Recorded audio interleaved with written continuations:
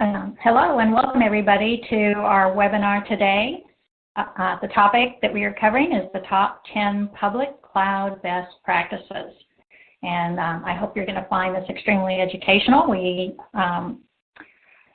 We have talked with a lot of customers about their cloud challenges, and you'll be hearing about some of those stories today throughout the webinar. My name is Robin Reddick. I am a solutions marketer at BMC, and I work specifically with our multi-cloud solutions.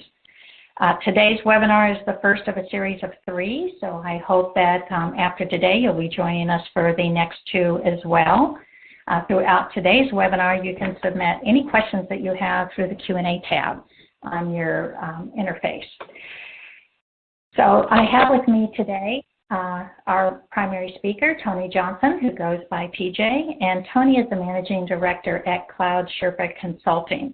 Cloud Sherpa is a BMC partner. They are responsible for delivering the cloud advisory services in partnership with BMC.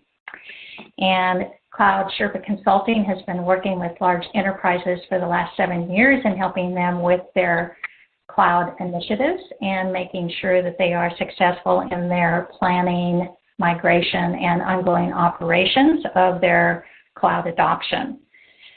So let's go ahead and get started with our webinar today. We have a lot to cover. So the first thing I wanted to start off with is, we have been talking with organizations for quite some time now about their cloud initiatives, and I have yet to meet a single organization that has not had problems with their cloud adoption. This is still a relatively new venture for most customers, or for most organizations, I should say. And so they don't have the depth of experience, and they are still actually, building the talent that they need to be successful with their cloud adoption. One of the things that we are also a AWS partner, and AWS has shared with us some very interesting numbers that I wanted to share with you. So typically what happens in the cloud adoption process is, an organization, a cloud team will get started. Many times it's experimental at the very beginning, understanding, what applications they should be moving over to the cloud or migrating to the cloud. Understanding how to get some governance in place, what their spend is going to be. And, so after a couple of months, most organizations find out that they are ill-prepared and have misjudged their plan. And they hit what AWS refers to as the big stall. And everybody runs into this. What is interesting is, kind of the results of how the big stall is handled. So when organizations hit the big stall, about 10% of them actually make it through, their challenges and continue on with their cloud adoption in a relatively quick manner. However, 70% of them actually end up being stalled out for anywhere from 12 to 24 months. So you can imagine this is a huge challenge because they have not only a cloud adoption plan, but most organizations have a business strategy that this cloud adoption is an underpinning of. So not only are we, holding up cloud adoption, we're holding up an entire business strategy when the big stall occurs. So, and another 20% actually don't ever even make it through the process of addressing their problems and actually have to abandon their cloud initiative. So, adopting cloud is a learning process, and it's one that everybody is going through right now. And we hope that as we go through the presentation today, the information that we provide is going to help you understand how to be successful. So, TJ, I'm going to let you move to the next slide. No worries. Well, on this slide specifically, and thank you for the introduction, Robin. We often find this is to be extremely true. The big stall is a real thing. And where the troubles begin is typically when that's 6 to 12 months, and that's 70% of people, because they realize they don't know what they don't know. And they have other things happening in the organization. You start to see trends like new decision makers, such as business units now own the cloud. And kind of BMC is no exception. You would normally think that IT manages all the cloud for the enterprise, but that has been shifting for some time. And you'll find that business units actually now not only own the budget, but they actually are doing the operations and the development without IT. And so, you start to see issues arise because you have a business unit that's trying to manage IT, yet that's never been their responsibility. And so they're obviously going to miss a few things here and there. And that's where the next statistic of unstable governance comes into play, where they just don't know how to manage it properly. They don't know how to optimize, they don't know how to operate. Maybe they have a really stellar DevOps team that's there for the development, but they don't understand the security implications, compliance, overall governance. And that's a big issue moving into to more mature areas of the cloud.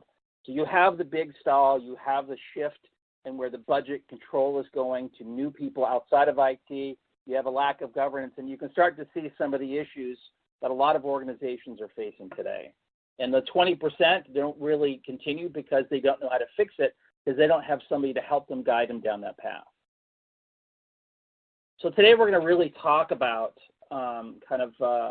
10 best practices, top 10 best practices that we have gleaned from our clients over the years, and the most successful actually have all 10. Everybody is in there somewhere with some level of these 10 items, but we want to share these to give you insight, and they're kind of a little bit in order, kind of not, but you'll start to see the flow as we go through them to really understand where you need to start, right? So one of the important things that we often talk to with our clients is really focusing on developing what we call a cloud steward or an agent of innovation. And we never really liked the change agent kind of name because nobody likes change, but everybody likes innovation. So when we talk about a cloud steward, this is a singular person that is focused on cloud only. You have within the organizations from an operations perspective, you have somebody focused on the data center, right? Well, you don't want the data center person really managing anything to do with the cloud because it's different. It's completely different, right? So what we recommend is you start with a person that focuses on that. And what this person does is they're really going to be responsible for the ongoing optimization and governance of the cloud estate. So some of the things that they're going to be working with, it's a very, very critical position. They look at tagging, data integration. They really are looking at managing the cost and budget. They influence configuration and security a little bit.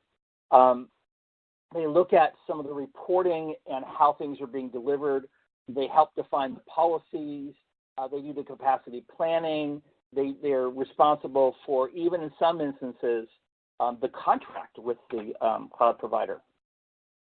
So this person is very, very critical to understanding how cloud is going to be executed across the organization.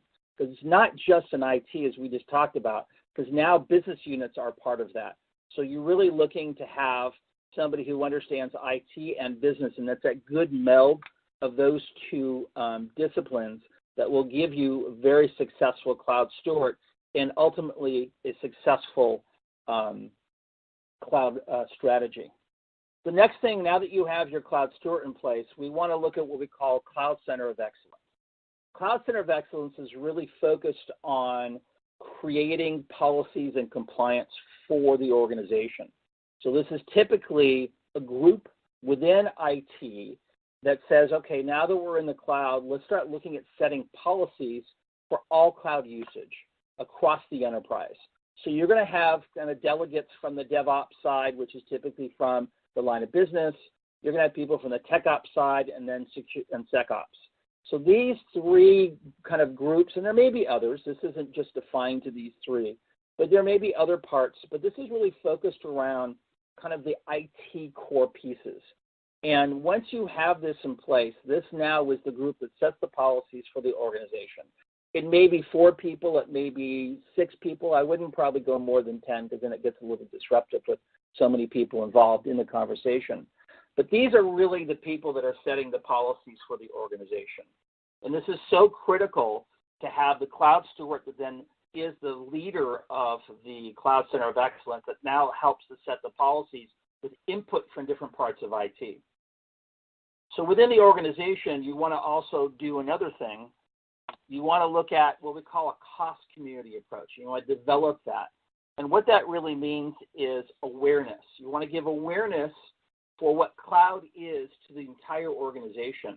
Because we find oftentimes that even though they say they're starting at 10% of their workloads in the cloud, they find reasons to put more workloads and more workloads. And we had a client that said, we are looking at 5% of our, and they're in the pharma field. We only want to put 5% because we don't know if it's something we want to do more long term. We're concerned about security and all this kind of stuff. And through 2 years down their cloud journey, they are 80% of their workloads in the cloud. They understood the cloud. They finally got to realize that if you have the right policies in place, you can secure it well. You can work with it very well. But in the cost community, you're really developing awareness and some accountability components. Because each of these personas that we call them, either line of business, finance, or technology, they have different viewpoints. They want to see different things come out of the cloud and what it does for them. So a line of business is more concerned about work value cost models. Finance is really more concerned about OPEX, CAPEX modeling, showback, chargeback.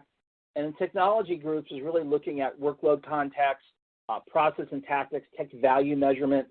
So each of these personas have different viewpoints that they're really interested in, and they want to see how their decisions get implemented through the cloud, and then what's the impact of those decisions, and what does that really mean for them. So these are kind of things that they're all looking for. And this is where the cost community, as a larger organization within the company, is really focused on creating an open line of communication.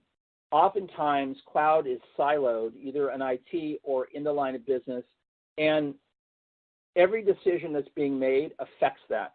For example, I'm sure you've heard this story before, where a developer with the best intentions is really being proactive and decides that when they provision an instance through the console, they want to help the organization save some money, so they purchase an RI through the console.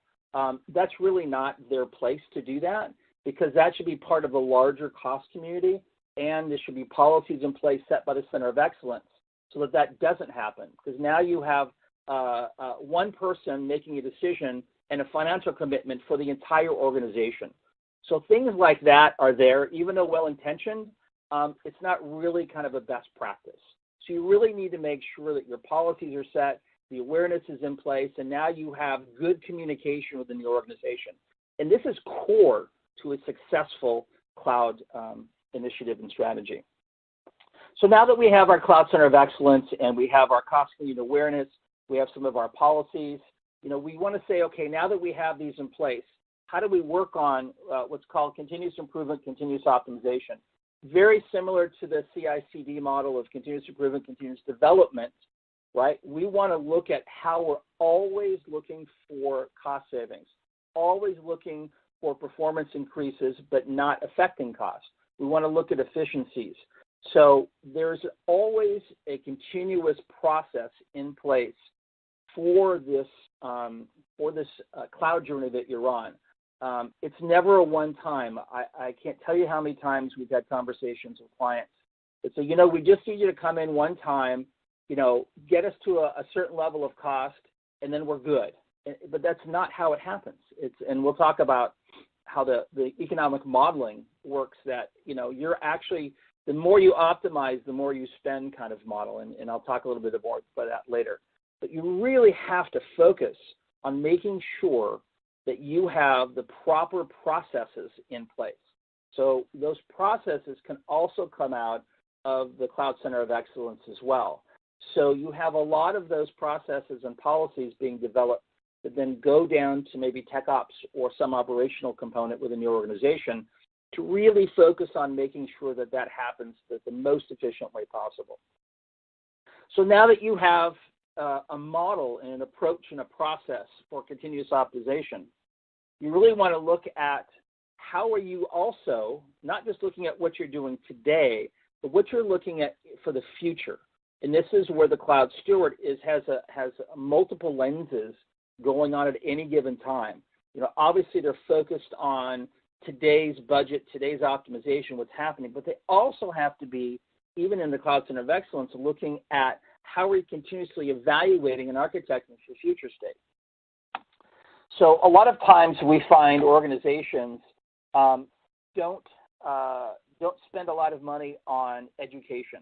Even though they want their team to be fully educated, it oftentimes find, because there's competing priorities in the organization, there are budget constraints, you need to move beyond that.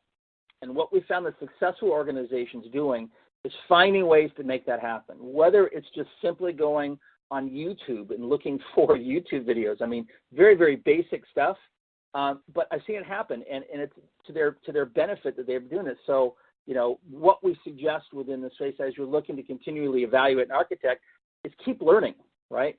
Keep going and learning what's coming up next. Get into some of these, even on LinkedIn, some of the groups. Get into a community that facilitates the education for yourself. And then look at what you've learned and evaluate whether it really would apply to your organization.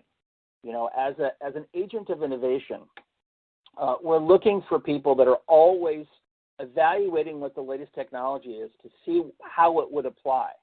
And that really goes back to the continuous improvement, continuous optimization. So once you've evaluated that, maybe you want to look at specific use case modeling. And you want to say, okay, well, I have these 6 use cases.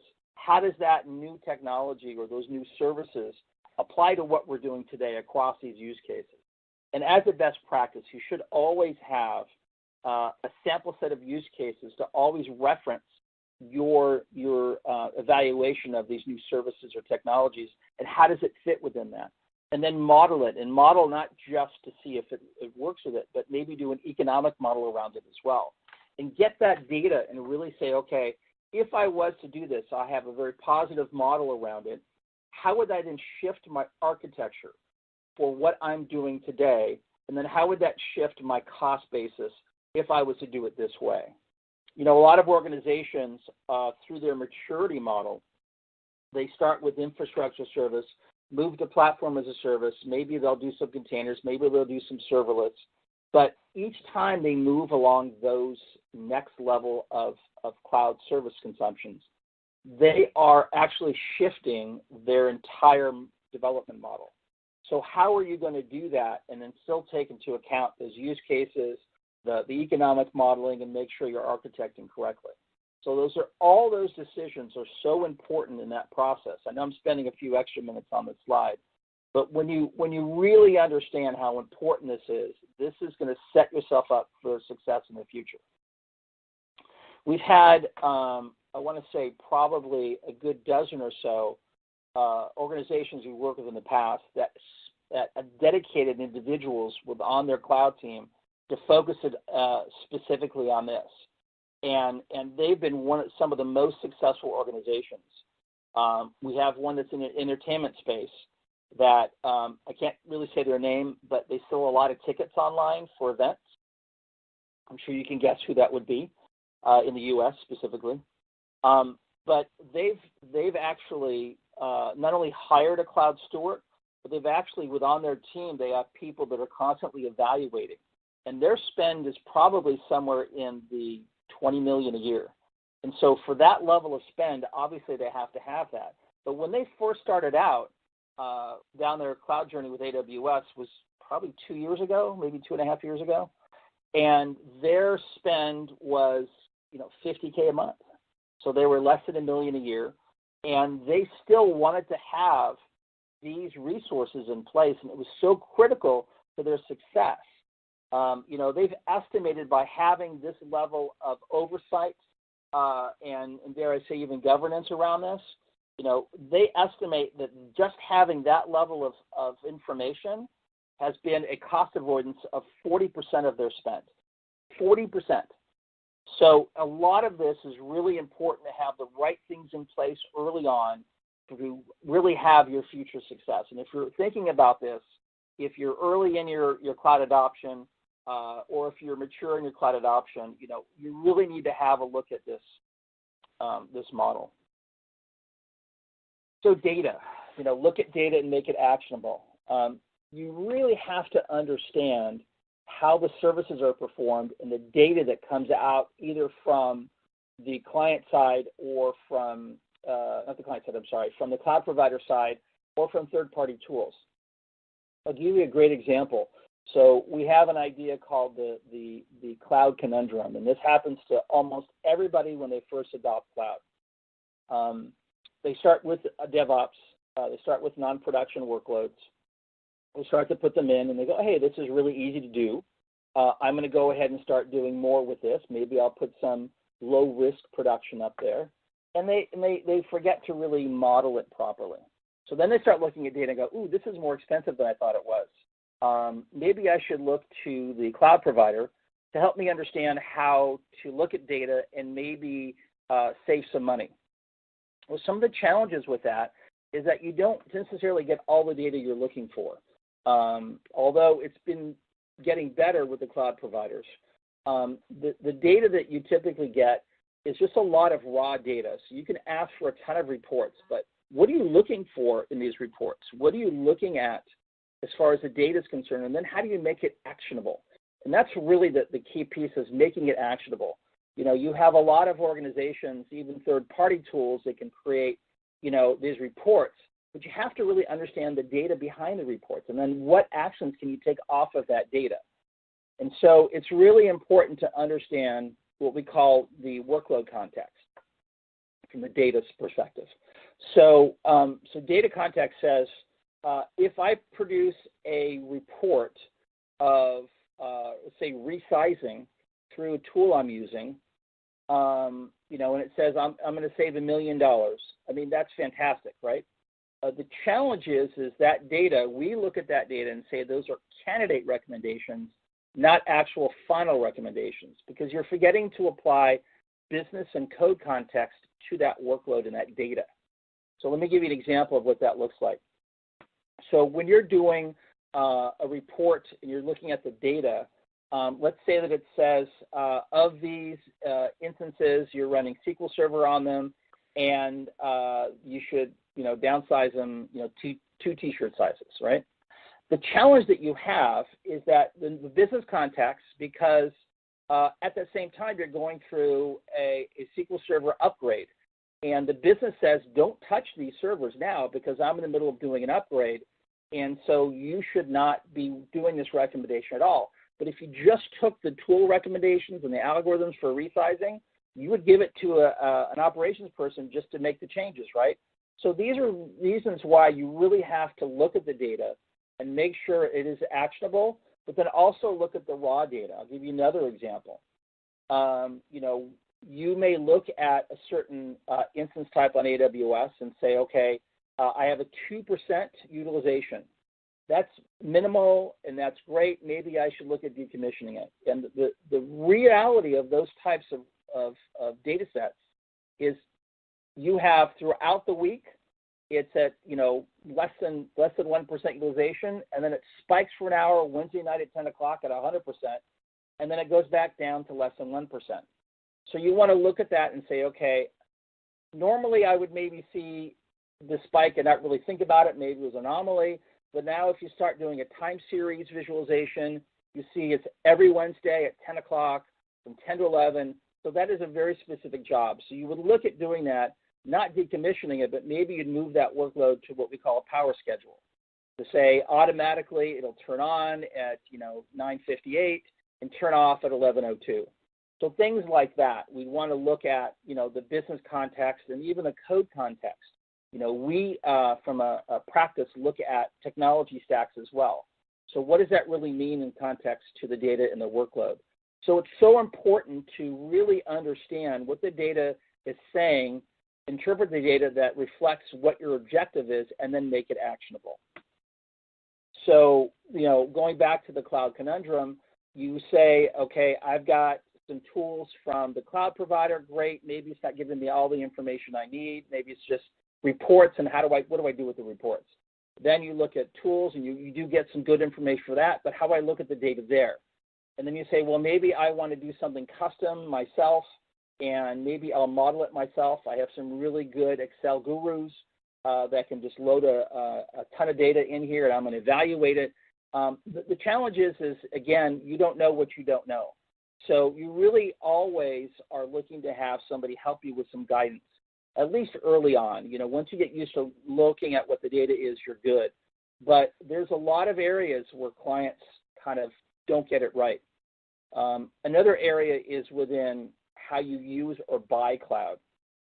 So many organizations start with reserved instances. The challenge is you're leaving more than 50% of your savings if you just buy a reserve instance, because there's so many other things you can do before that. You're going to eliminate waste, you're going to look at resizing, you look at a whole bunch of other things before you buy. So when you looking at the data, you want to look at the usage and evaluate how it's being used first, and then you look at how you're going to buy it. So that's really important for organizations to understand. So now that you have, your Cloud Center of Excellence, you got your policies, you understand what the architecture is going to be for today and the future, you know how to look at the data. The next thing you want to look at is now the business side of the conversation. You understand the IT side, you've got the policies. Now let's look at how do we identify a cost. So identify drivers of cost. So this is everywhere. And I'll show you, it's a little bit of an eye chart to see this. But, the goal is to really help an organization understand where's the majority of their costs coming from. How do you then apply and reduce that cost down to something that's much more manageable? And this is where you start getting into, what we call the 16-layer cake, right? So you're looking at breaking down the cost, maybe for a workload, a cost for an application, and you're going to put it in these different areas that actually affect the overall total cost of compute, is what we say. So is service management a percentage of that? How do you make that more efficient? Ooh, there's some cost there I didn't really realize. There's an automation, there's some cost maybe in the licensing of our product. There's some integration components from the services. This guy had to do all this integration for this workload, and now those are additional costs you need to take into account. Security, all the other pieces that go back, reporting, all these are cost structures you really have to build into your model to really understand what it's going to be in identifying those very specific costs. For us, total cost of compute from a cloud perspective is so important to tie back to different business metrics. But there are also a lot of modeling that's happening, a lot of economic modeling that happens out there for cloud as well. We oftentimes say that a cloud is an economic decision before it's a technology decision. And so you really have to have the economics of it ongoing. Now, whether it's something you do for your stuff on-prem or whether it's stuff you do in the cloud, you still have to look at almost justifying, is that platform the right platform? And we have clients out there, we have a large bank that has it as a continuous process to say whether this workload really should stay in the cloud or whether we should bring it back in-house. So they're looking at cost components, and they're always looking at doing that comparison between on-prem and cloud. Now, it could also be colo in cloud, but they're always looking at that to figure out where is the best place for this workload, where am I going to get the best performance cost components that I'm looking for my overall business, right? And this should be, everybody should be looking at this almost at all levels of an organization within IT. They really need to be able to say, where's the best place for this workload? And how am I going to benefit the organization as a whole? So now we're going to move into a little bit of economic modeling. And I'm not going to get too detailed. I'm just going to talk about one specific, very applicable economic model for cloud. And it's called Jevons paradox. So Jevons was an economist in the UK, and what he came about was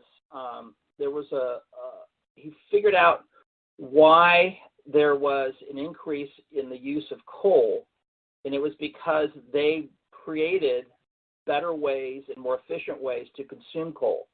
So what they thought was a decrease in coal usage actually ended up being an increase in coal usage. So basically, the more you consume in an efficient way, the more you're going to buy. And this, I can't tell you how often this happens with clients within an organization for cloud specifically. Because if you're able to figure out how to continuously optimize your environment, we found very similar models that a client will actually end up buying more cloud. So you see these kind of ups and downs, but primarily if you went from a lower left to an upper right model, you would see that it would be the consumption rate has different models of how you're going to do it. But what we found quite often is if you end up dropping the spend, let's say from 50K to, let's say, 40K, you may not spend all of that 10K difference, but you will buy more cloud than you would have without it. So maybe you'd go to 42K or 43K. So oftentimes we find that consumption is directly related to your ability to save. And this is so important to understand in this economic model, because even though you think, oh, I just decreased from 40 to 50K, great, I've now done a budget recovery of 10K. But now you find that, oh, well, since it's so cheap, I have this other workload, because now the economic model is more positive because my cost is just reduced. I'm going to go ahead and buy more. So I know this may be a little complicated from an economic modeling standpoint, but the goal I'm trying to share with you is that even though you may be doing cost reduction as a part of your model, you will more than likely end up spending more. And that is exactly what the cloud providers are hoping that you do. They follow this model so closely, they actually go out and encourage you, let me help you understand how to save money.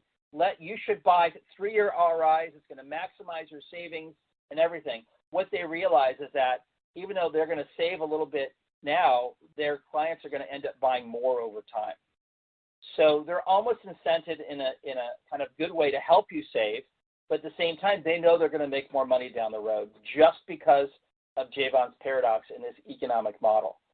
So, it's really important to recognize that, but at the same time, you also want to apply it to yourself and not fall into that trap, right? You probably don't ever want to buy 3 RIs. I know mathematically they look good on paper. We typically recommend 1-year RIs because of the additional savings you get. We found over time that a software development cycle is less than 3 years. So if you commit to 3 years, now you're stuck for 3 years with that product and that family, depending on the type of RI you buy, whether it's convertible or not a convertible from an AWS perspective.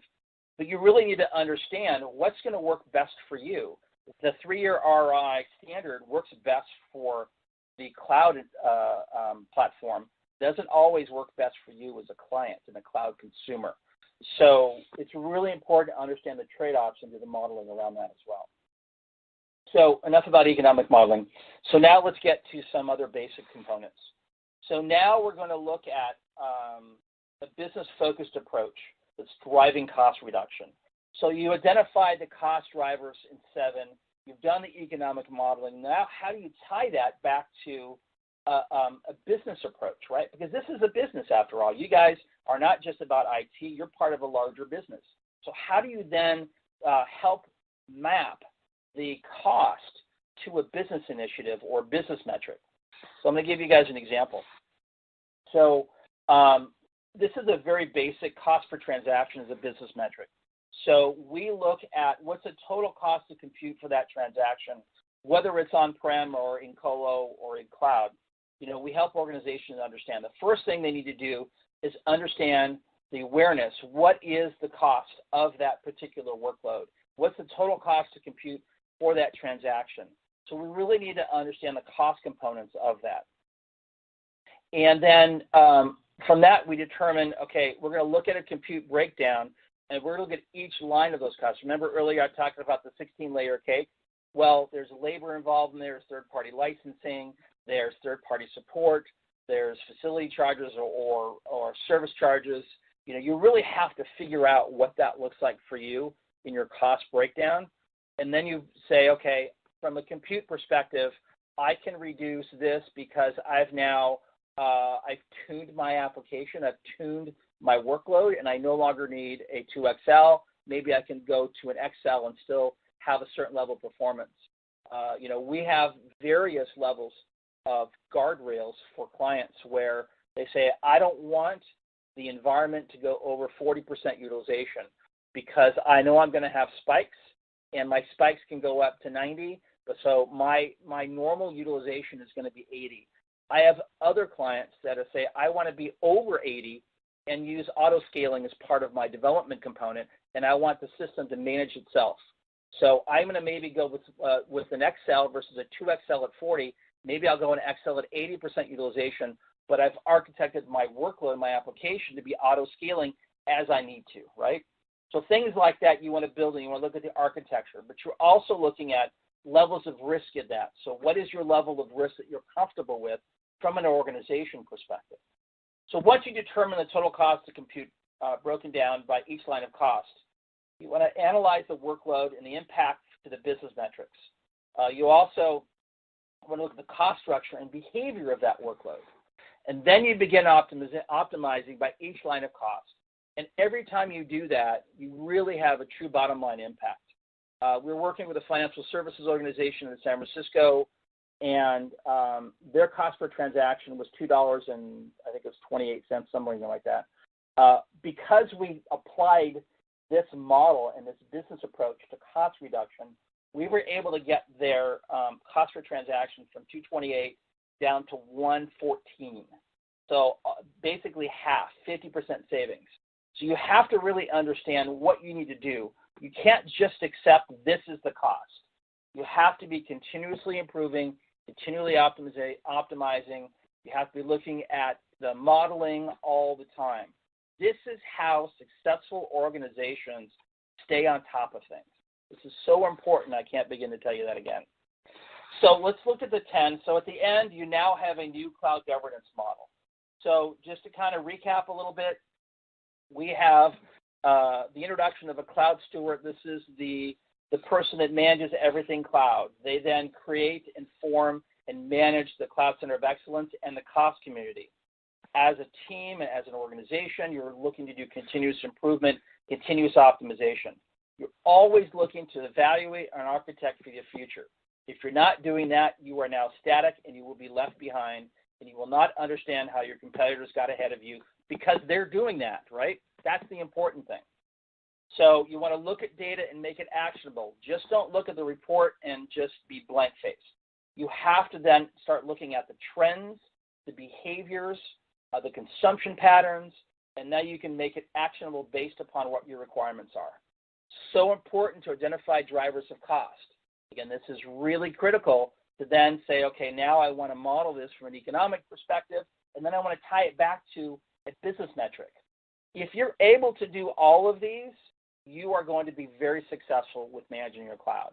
Like I said earlier in the beginning, you are only maybe going to do 3 or 4 of these today, but the most successful organizations are doing all of this. And it's not that hard to do this. You just need to understand the model and then build that practice internally for you to do that. And I guarantee you there's a lot of senior managers will be really appreciative to have this communicated back to them to say, you know, we were able to reduce our cost per transaction based upon the policies we set, our architecture strategy, how we looked at data, how we identified costs. We were able to move our cost per transaction from 228 to 114. And that's the summary they want to hear. So you went through all of this process to get there, and that is a huge bottom line savings for organizations. You know, as I said earlier, the entertainment ticketing company was able to just apply this as a major governance process, and we're able to save 40%. So that's a huge number for organizations. Now, when you talk to a cloud provider and they say, well, by an RI, we're going to save you, 60, 70%, that's only on compute because those RIs only work with compute as a service. You still have storage, database, probably another 50% of your estate is non-compute or more. And so it's a little bit misleading, but I think they have the right approach in taking it by segment. So you're going to take the segments of a of an optimization category like compute, and you're going to say this is where you're going to save there. And now we're going to focus on storage.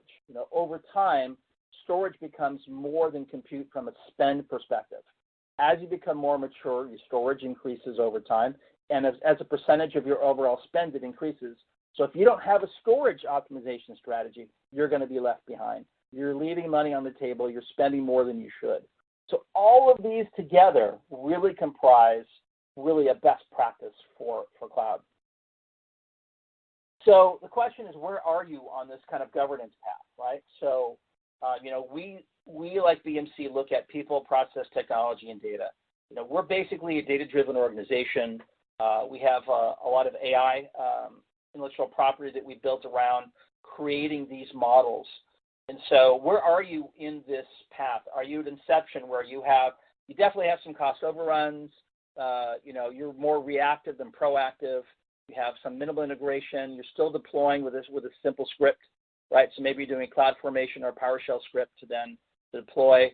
What's that next phase? Well, you should be putting a Cloud Center of Excellence, and some people call it a Cloud Economic Center of Excellence in place to really have your policies.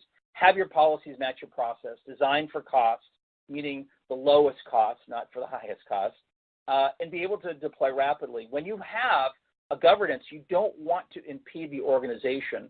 You don't want to have a whole bunch of policies that then cripple the ability for the DevOps team to actually develop. You want to make it in conjunction with them. You want this to be together. You want their input to be able to manage this properly for the business, so the business can be agile, but you also have to secure the business and make sure the processes are in place. There's security and compliance also as part of that process. Or are you down the phase of phase 3, which is you have full automation, you have self-service, you have agility and control. There are very few organizations at phase 3. But we're really on a very basic level is we've broken down some of the work streams for you for governance. So you should have a containment work stream, which prevents further unmanaged growth. You should have a remediation work stream that then talks about how do you eliminate the waste. The governance work stream is also a policy work stream where you're also looking at modeling and monitoring. A little bit of containment in there. It just really depends on what you define it. And another work stream is optimization. Some people just go straight to optimization, straight to RIs, and they think that that's it. It's not. And I hope I've shown you today there's so much more to be done that affect the bottom line cost of your total cost for cloud that it's so important to look at all these components together.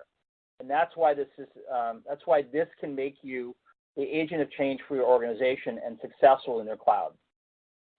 So the other question is how can BMC help you?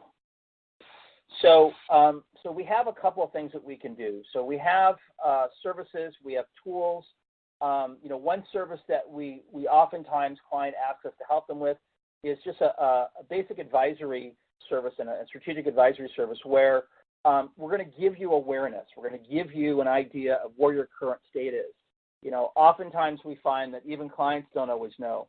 I can't tell you how many times we've walked into a client and said, we have 50 accounts. We know we have 50 accounts. We're good to go. Here are the account numbers. Help us start managing. So 3 months down the road, we're at 112 accounts. Why? Shadow IT. Why do they make it so easy to consume? You have these business units out there that are now managing budgets. They'll just put a credit card on a corporate card, and they'll start an account. They'll start a new account because they have this new initiative. But they don't tell IT. They don't tell everybody. It's just sitting there. We've had to do audits from American Express expense accounts to determine where that shadow IT is coming from. And we've discovered dozens and dozens of accounts just by doing an audit like that. So you have to be able to be flexible. You have to have the experience to understand what people will try to get away with. And then you really understand how these things get done. Why do the costs get out of control?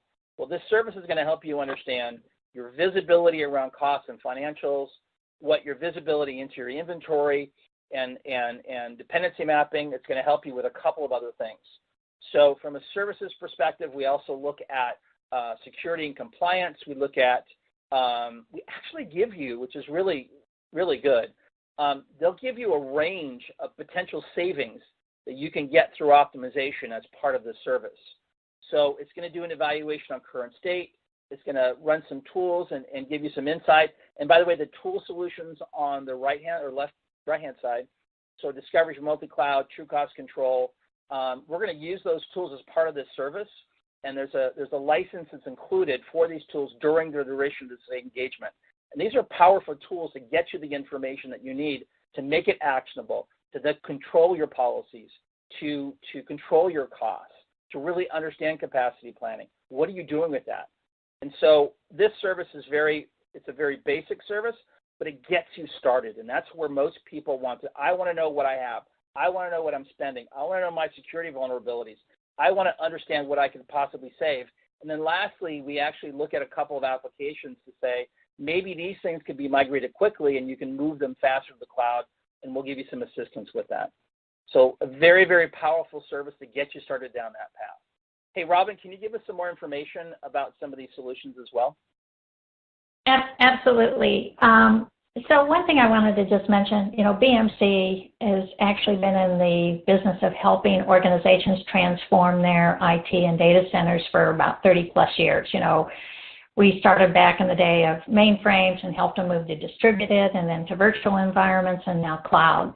And so, transformation and helping IT organizations make change is really the heart of our business. And, we have, as usual, developed some very specific tools to help organizations with their cloud adoption. And I've listed a few here because they're relevant to the discussion that we've had today. So let me quickly kind of highlight a couple of these here. So first of all, we have Discovery for Multi-Cloud. We didn't talk about it too much today, but if you sign up for the next webinar series, we will be talking about it in great detail about, understanding what you have on premise and then how do you migrate that or make decisions about what to migrate over to the public cloud. And Discovery for Multi-Cloud can help you with that because you absolutely have to understand what your assets are and the resources that you have in your IT center, and that includes public cloud and how that relates to your applications so that you can make some informed decisions. We talked a lot about cloud cost today and cloud cost optimization. And our TruSight Cloud Cost Control product is targeted very specifically at that. So it does provide you with visibility into your cloud spend. It allows you to control your budget. It assists you with making decisions on how to plan, once again, for migration. So TJ talked a lot about understanding an economic and performance model, and that is exactly what this product assists you with. So you can perform simulated migrations, make informed decisions about cost and performance, and make sure that you're selecting the right resources for use in the public cloud. And so, cloud cost is all about visibility and control. We have TruSight Capacity Optimization. And what we find is that, organizations, as TJ mentioned, everybody needs to optimize their cost.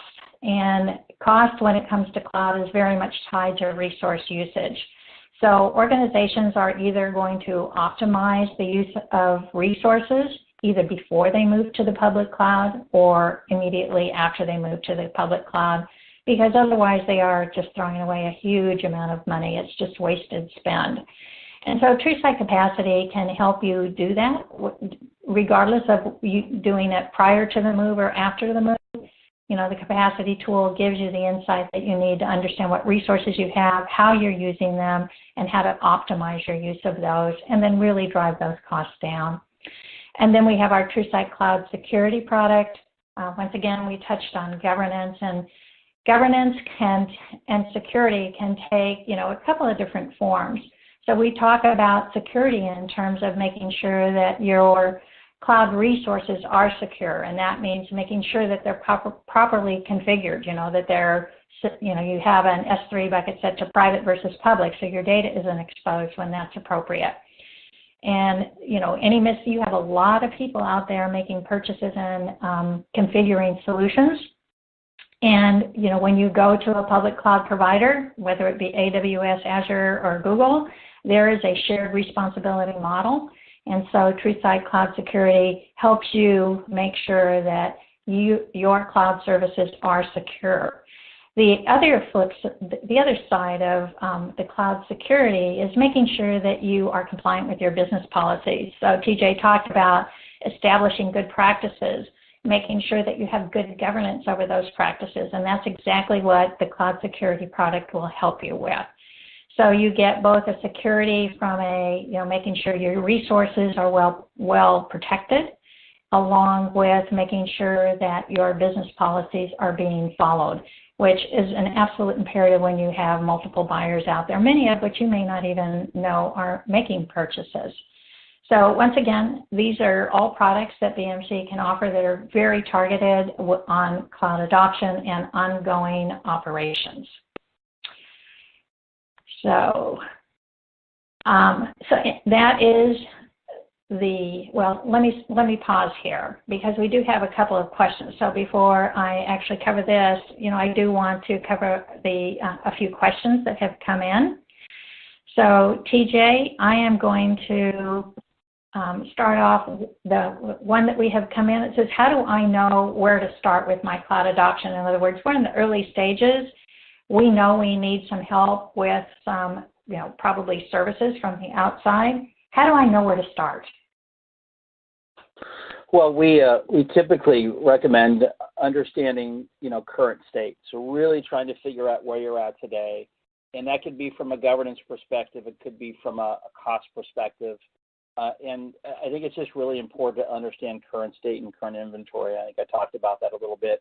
And that's why we developed the service for the advisory service, is to get somebody started down that path of really understanding where are they at today and build a plan for tomorrow. Typically when we work with an organization, we want to understand where they're at from a maturity perspective and then help build a plan to the next level of maturity. And so that's so important to organizations to understand that there actually is a plan, because most of the time they're winging it. They're figuring it out as they go along, and that's not always the best way to do it. If you have a very consistent, concise plan, where you're going from a development perspective, from an operational perspective, from a policy perspective, that really helps with that process. Great. We have another question that came in that says, you mentioned that you have products that come with services. So the products that were shown do we get licenses for those products if we actually work with BMC with services? And I'm going to take one, TJ, if you don't mind. Yeah. So I'm going to say, and you can add if you would like to, but I'm just going to start off by saying, as TJ said, we do use our products, the products that we've shown and others in the cloud advisory services that BMC does offer. However, those products can actually be purchased separate from services. So we understand that organizations, are at different places in their cloud adoption process, and they may have already acquired enough skills and feel like they may not absolutely have to have services, or they may pick up on various boutique types of services that they want to bring in. But all of those products can be bought separately from services, and many of our customers do buy, product from us separately from services. But they do work hand in hand as well. Anything else, TJ, that you want to add? I just want to say yes, I agree. Okay. If you're on a maturity level where you just need the tools, fantastic. That's great. But if you're kind of unsure, you need some support, then services is a good solution too. Yeah. And then I have one more question that just came in, and that is, is there a relationship between governance and cost optimization? Yeah, there is. Yeah, no worries. There really is, because as I mentioned in one of the slides I showed, optimization is a work stream within governance. You first want to start out with the policies. The policies will help the organization understand what the kind of the guardrails are and what you can do and what you can't do. And then you have some automation components you can build into it, which we call containment. So containment says, okay, we've done the benchmarking, for these particular workloads, and here is the best family of products, and here are the best, 4 or 5 sizes to work within that family for that workload. So, there are almost 8 million different configurable compute options just within AWS. So how do you know how to choose correctly? Well, you have to have the discipline to really understand how to do that correctly. So once you have containment, you have savings there because now you're choosing correctly. You're not choosing incorrectly. It's not necessarily optimization, but it's more cost avoidance and cost containment. The next thing you want to look at is, okay, now that I have containment, I want to potentially look at remediation. So remediation says, I'm going to eliminate waste. I'm going to make sure, I spoke earlier about power scheduling. You want to make sure that you have that in your model as well. And then you have optimization. So now I'm going to look at resizing. I'm going to look at my use tactics and my buy tactics. And so I'm going to make sure that I use it correctly. I'm going to buy it correctly. So those are three key critical success factors. I mean, it's a little bit of the optimization within the governance, but it is kind of together. You really have to have it be one process from one end to the next. Great, thank you. Okay, well, we are 1 minute away from the top of the hour, so I'd like to thank everybody for attending the webinar today and taking the time out of your day. I hope you found it beneficial. And I encourage you and remind you once again that we have 2 additional webinars in our series that are soon coming up. July 12th is Migration Best Practices, and then July 26th is Optimization Tips for Managing Cloud Costs. And I hope you will join us for both of those. So once again, thank you very much, and look forward to seeing you at the next 2 webinars.